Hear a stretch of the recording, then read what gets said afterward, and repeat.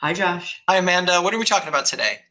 An update from the Connecticut Appellate Court about remote work and whether or not that's a reasonable accommodation under the Connecticut Fair Employment Practices Act. What can you tell us? This is a major issue, Amanda, because a lot of folks with disabilities want to be able to work from home and they want to have a legal protection of their interest to do so. The Connecticut Appellate Court, though, said not so fast.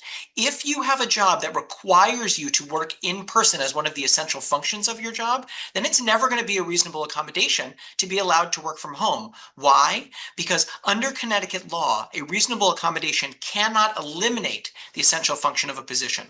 The case is called Castellino versus Whitman Breed. It involves a woman who was an administrative assistant at a law firm, and a lot of her job could be conducted remotely, but some of her job needed to be conducted in the office, like opening physical files or moving paper around or finding pieces of paper. She asked for a reasonable accommodation to work from home exclusively. The employer said no.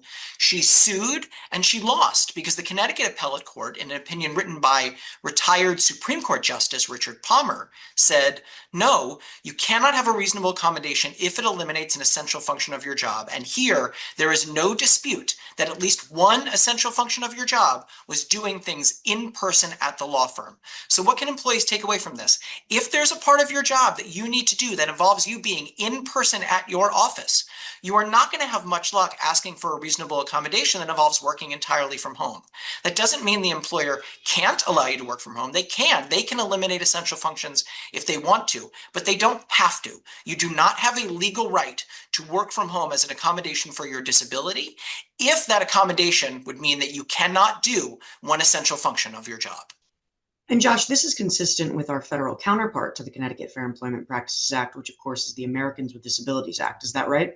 Yeah, that's right, Amanda. So this is the first time that a Connecticut appellate court, the Supreme Court or the appellate court, has said, we agree with the way the federal law is interpreted. Under the Americans with Disabilities Act, it was already true that an employee could not get an accommodation that eliminated an essential function of their job, and Connecticut law now aligns with that federal reality.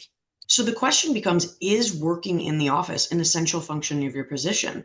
And that's a pretty difficult question to answer. And if you need help doing so, come up with all the facts relating to your specific employment situation. Talk to an employment lawyer. That's always the best place to start. Thank you so much, Josh, for this important employment law update in Connecticut, and we'll see you next time. Take care.